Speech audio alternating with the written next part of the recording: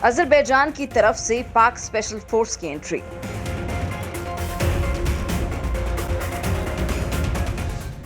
घरों में घुसकर लूटपाट कर रही है स्पेशल फोर्स।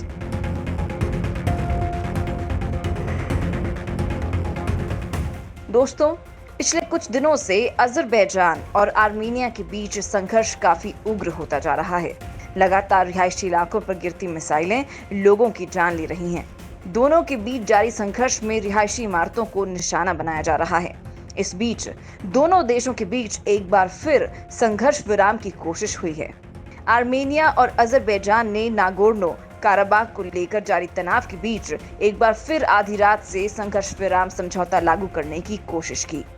इससे एक सप्ताह पहले भी रूस की मध्यस्थता से दोनों के बीच संघर्ष विराम को लेकर समझौता हुआ था, लेकिन इसके लागू होने के कुछ ही देर बाद इसका उल्लंघन हो गया था और दोनों पक्षों ने इसके लिए एक दूसरे को जिम्मेदार ठहराया था।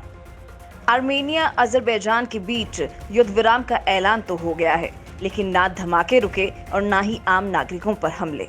खबर ये है कि इस इलाके में कत्लेआम के पीछे पाकिस्तानी चाल है। आर्मेनिया के प्रधानमंत्री ने दावा किया है कि नागोर्नो काराबाग में जो कुछ हो रहा है वो पाकिस्तानी स्पेशल फोर्स का किया धरा है। अब तो ये आतंकी लूटमार के लिए लोगों के घरों में घुस रहे हैं, यानी यहाँ भी पाकिस्तान की सेना ने लूटमार करके अपनी औकात दिखा दी है। उसने बता दिया है कि उसके देश में भुखमरी है, वो कंगाली की कगार पर है।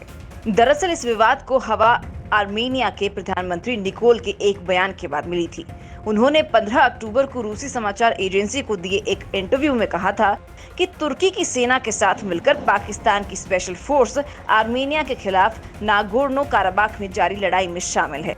जब उनसे पूछा गया कि क्या उनके पास इस बात का कोई प्रमाण है कि अजरबैजान की सेना को विदेशी सैन्य बलों का भी साथ मिल रहा है, तब उन्होंने जवाब दिया कि कुछ रिपोर्ट्स ये बताती हैं कि जंग में पाकिस्तानी फौज का विशेष दस्ता भी शामिल है। फिर उन्होंने कहा कि मेरा मानना है कि तुर्की के सैनिक इस लड़ाई में शामिल हैं। उधर जब इस बात का पता पाकिस्तान के उच्च अधिकारियों को लगा तो उन्होंने इस बात का खंडन करते हुए बयान दिया है कि आर्मेनिया इस तरह के गैर जिम्मेदाराना प्रोपेगेंडा के माध्यम से अजरबैजान के खिलाफ अपनी गैर कानूनी कार्रवाई को छिपाने की कोशिश कर रहा है। उसकी इस तरह की बयानबाजी को तुरंत रोका जाना चाहिए। युद्ध विराम के बाद भी जारी हैं मिसाइल हमले। आर्मेनियाई रक्षा मंत्रालय ने दावा किया है कि अजरबैजान ने शनिवार रात 12 बजे संघर्ष विराम लागू होने के 4 मिनट बाद ही तोप के गोले और रॉकेट दागे। वहीं अजरबैजान के राष्ट्रपति इल्हाम अलीयेव ने आर्मेनिया पर आरोप लगाया है कि उनकी ओर से की गई गोलीबारी में 2000 से ज्यादा घरों को नुकसान पहुंचा। आर्मेनिया और अजरबैजान के बीच पिछले 22 दिनों से जंग जारी है। अब तक 600 से ज्यादा लोग मारे जा चुके हैं। हालांकि रूस की मध्यस्थता में शनिवार को दोनों देशों ने संघर्ष विराम के लिए समझौता किया था। इसके बावजूद जंग नहीं रुकी। आर्मेनिया के कई सांसद भी हथियार उठाकर वॉर जोन में कूद गए हैं। आर्मेनिया के बच्चे भी अजरबैजान के खिलाफ लड़ने को तैयार हैं। युद्ध विराम की ताजा घोषणा के बाद से नागोर्नो काराबाग की वायुसेना ने अजरबैजान के 2 UAV ड्रोन गिराने का दावा किया है। इसी से पता चलता है कि युद्ध विराम सिर्फ कागजों पर है। कहा जा रहा है कि अजरबैजान ने इतना बारूद बरसाया कि आर्मेनिया को पीछे हटना पड़ा। एक के बाद एक नागोर्नो काराबाग के 3 शहर और 50 से ज्यादा गांवों पर अजरबैजान का कब्जा हो गया है। लेकिन ऐसा नहीं है कि आर्मेनिया की सेना कुछ नहीं कर रही। अजरबैजान के राष्ट्रपति के सहयोगी हिकमत हाजीएव ने ट्वीट किया, मानवतावादी युद्ध विराम का पहला दिन। आर्मेनिया ने मिसाइलों से नागरिकों पर हमले किए। 229 हमले, जिसमें टाटर शहर पर 160, अगदाम में 63 और गोरानबाय में 6 हमले किए। 3 मिसाइल हमले किए और 1 ड्रोन हमला किया। आर्मेनिया के पीएम ने बताई जंग की असली वजह। आर्मेनिया के प्रधानमंत्री निकोल पशियन का एक इंटरव्यू सामने आया है। निकोल ने फ्रांस 24 को दिए इंटरव्यू में विस्तार से बताया है कि यह संघर्ष 30 साल बाद भी क्यों बना हुआ है। निकोल ने कहा कि आज भी अजरबैजान युद्ध विराम का पालन नहीं करता है।